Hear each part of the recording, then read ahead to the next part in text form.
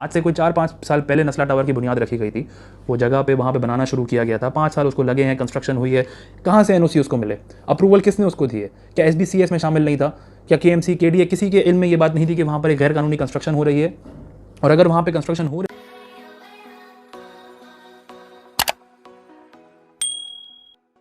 कहा जाता है कि जब किसी मसले का हल निकालना हो तो जड़ से उखाड़ो, शाखें ना काटो, वरना मसले का हल सिर्फ वक्ती तौर पर निकलता है। यही कोई तमाम चीज़ें नस्ला टावर पर भी लागू होती हैं, जो शहर कराची की एक और हाई राइज बिल्डिंग में से एक है, जो 15 मंजिला इमारत है। वहाँ पर लगभग 30 मालिक मकान हैं और 14 किराएदार वहाँ पर रिहायशी हैं। ऐसे में honourable supreme court, honourable chief justice Gulzar साहब का एक फ़ैसला था जिसको उन्होंने दुनिया के सामने लेकर आया और कहा कि भाई ये जो इमारत है नस्ला टावर, ये गैर कानूनी है और इसको डिमोलिश कर दिया जाए, गिरा दिया जाए। 27 अक्टूबर डेडलाइन थी कि आप अपने अपने घरों को खाली करके उस जगह को छोड़ दें ताकि वहाँ पर उसको सील कर दिया जाए और उसके बाद गिराने का अमल जारी किया जाए। 27 अक्टूबर से पहले बिजली बंद कर दी, गैस लाइन बंद कर दी, सीवरेज का जो निज़ाम है उसको बंद कर दिया और हर वो काम कर लिया जिससे आम शहरी को शदीद तकलीफ़ का सामना करना पड़े। और अगर कुछ नहीं किया तो उनके लिए कोई रिलीफ नहीं निकाला या उनको किसी किस्म की कंपनसेशन नहीं दी गई है। अब वो एहतिजाजन नीचे बैठे हुए हैं अपनी बिल्डिंग के नीचे और इस बात की सिर्फ मामूली सी मांग कर रहे हैं कि या तो हमें उस घर में रहने दिया जाए या फिर उसकी जगह हमें कंपनसेशन दे दी जाए। अब सारा यहाँ पे जो सवाल है वो सवाल है, चलें गैर कानूनी है, अच्छी बात है, गिरा दिया जाए, गैर कानूनी जितने भी तजावज़ात हैं उनको गिराना चाहिए, लेकिन क्या ये तरीक़ेकार सही है? क्या ये बिल्डिंग या इमारत रात को इसकी बुनियाद रखी, कहा यहाँ पर बिल्डिंग बन रही और सुबह तैयार हो गई? ऐसे तो नहीं हुआ। आज से कोई 4-5 साल पहले नस्ला टावर की बुनियाद रखी गई थी। वो जगह पे वहाँ पे बनाना शुरू किया गया था। 5 साल उसको लगे हैं, कंस्ट्रक्शन हुई है। कहाँ से एनओसी उसको मिले? अप्रूवल किसने उसको दी है? क्या एसबीसीएस में शामिल नहीं था? क्या केएमसी, केडीए, किसी के इल्म में ये बात नहीं थी कि वहाँ पर एक गैर कानूनी कंस्ट्रक्शन हो रही है? और अगर वहाँ पे कंस्ट्रक्शन हो रही थी तो अप्रूवल किस बुनियाद पे दिया गया एसबीसीए की जानिब से? सिंध बिल्डिंग कंट्रोल अथॉरिटी ने, उनके बगैर तो कोई इमारत वहाँ पे खड़ी हो नहीं सकती कहीं पर भी। तो अगर वहाँ पे कोई अप्रूवल दिया गया था और अब वो अगर गैर कानूनी कंस्ट्रक्शन है तो सबसे पहले उनको कटघरे में लाकर रखना चाहिए, बजाय इसके कि आप आम शहरी से कह रहे हो कि भाई घर खाली कर दो और बिल्डिंग हम गिराने वाले हैं। ये कहाँ का इंसाफ है?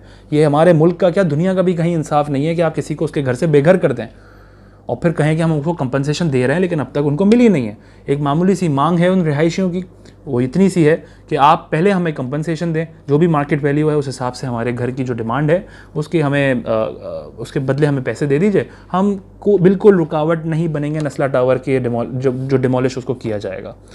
जब 27 अक्टूबर को आखिरी मरतबा ऑनरेबल सुप्रीम कोर्ट के अंदर ये रिहायशी वहाँ पर गए थे और चीफ जस्टिस साहब से आखिरी दफ़ा रिक्वेस्ट भी की कि आप अपने फ़ैसले पर नज़रसानी करें, तो उन्होंने अपना फ़ैसला आखिरी सुना दिया था कि अब ये बात नस्ला टावर की ख़त्म हो चुकी है और अब इस पर गिराने का अमल जारी कर दिया जाएगा। और कमिश्नर कराची को 2 चीज़ों पर ताबे कर दिया गया। पहली कि सबसे पहले तो बिल्डिंग गिराने के लिए इंतज़ाम किया जाए, किसी कंपनी से कॉन्ट्रैक्ट किया जाए कि वो 1 ब्लास्ट में गिराएगी ताकि आसपास की इमारतों को दिक्कत ना हो। और दूसरी जो इनको ताबे किया गया था, जो सबसे अहम चीज़ है, वो है कि इन लोगों को कंपनसेट किया जाए। लेकिन कंपनसेशन की जहाँ बात आती है, कोई आवाम को, वहाँ के रिहायशियों को किसी किस्म से भी एतमाद में नहीं ले रहा है कि उनको कंपनसेट करेंगे। बिल्डर की जो प्रोजेक्ट्स हैं उसको रोक दिया गया है कि वो बिल्डर्स के प्रोजेक्ट को बेच कर या उसको रोक कर, उसको होल्ड करके पैसे निकाल कर शहरियों को दे दिए जाएंगे, रिहायशियों को दे दिए जाएंगे। लेकिन क्या पाकिस्तान में ये पहली मरतबा हो रहा है? या क्या इतना आसान है कि कोई तगड़ा आदमी आपके सामने हो और आप उसके ऊपर किसी भी बिल्डर के पास किस चीज़ की कमी है? क्या वो कोई तोहफे तहाइफ देकर या अंडर द टेबल किसी किस्म की डील करके अपने आप को इस केस से बरी नहीं कर सकता? बिल्कुल कर सकता है। मेरी गुजारिश यहाँ पर उन तमाम लोगों से है जो इस वीडियो को देख रहे हैं कि इसको ज़्यादा से ज़्यादा शेयर कीजिए। हुकूमत पाकिस्तान तक ये पैगाम पहुँचना चाहिए, वज़ीर-ए-आज़म पाकिस्तान तक ये पैगाम पहुँचे, चीफ़ मिनिस्टर मुराद अली शाह साहब, हुकूमत सिंध और ऑनरेबल चीफ जस्टिस गुलजार साहब तक ये पैगाम पहुँचे कि अपने फ़ैसले पर नज़रसानी करें। अगर कोई गैर कानूनी चीज़ है उसको बिल्कुल गिराएं, मैं उसके ख़िलाफ़ नहीं हूँ। बात सिर्फ इतनी है कि उस इमारत को जो उसको खड़ा किया गया है इन 4-5 सालों में, वो अप्रूवल या वो क्लियरेंस देने वाले उन लोगों को सबसे पहले उनसे सवाल किया जाए। क्योंकि अब एक आम शहरी अपनी छत का जो इंतज़ाम कर रहा है, उसको क्या चाहिए? उसको चाहिए कि उसने हर जगह से ये क्लियर हो, चाहे उसमें केएमसी हो, केडीए हो, एसबीसीए हो, सिंध बिल्डिंग कंट्रोल अथॉरिटी, अगर वहाँ से अप्रूवल है, क्लियरेंस है, तो उसको और किसी चीज़ की ज़रूरत नहीं है।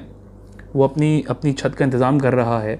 और इस वक्त मेरे ख़्याल से बहुत सारे ऐसे लोग होंगे वहाँ पर मौजूद जिनकी तमाम जमा पूंजी लगी हुई होगी और सब कुछ दाव पे लगा हुआ होगा, क्योंकि उन्होंने अपनी सारी जमा पूंजी लगाकर अपनी छत का इंतज़ाम किया होगा।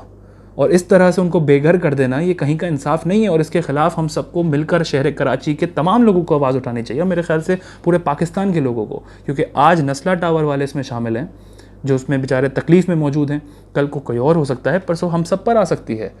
और ये कहीं का तरीक़ेकार नहीं है कि आप पहले इमारत खड़ी करें, बुकिंग हो, रिहायशी आकर वहाँ पर रहना शुरू कर दें और उसके बाद वो गैर कानूनी करार दे दी जाए और उसको गिरा दिया जाए और उसको बेघर कर दिया जाए आम इंसान को। तो इसके ख़िलाफ़ अगर आज हम आवाज़ नहीं उठाएंगे तो वैसे ही इस शहर के अंदर से हर किस्म का कानून कहीं निकल चुका है, ख़त्म हो चुका है, और कल को हम किसी से कुछ कहने के कायल भी नहीं होंगे।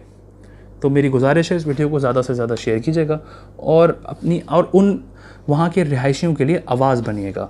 और एक दफ़ा फिर मैं दरख्वास्त करूँगा ऑनरेबल चीफ़ जस्टिस साहब से कि सबसे पहले SBCA के उन नुमाइंदों को, या कौन ब्यूरोक्रेसी में कौन लोग शामिल थे जिन्होंने ये अप्रूवल दिया, उनको कटघरे में लाकर खड़ा कीजिए और उनसे सवाल कीजिए कि गैर कानूनी जगह पर अप्रूवल मिला कैसे।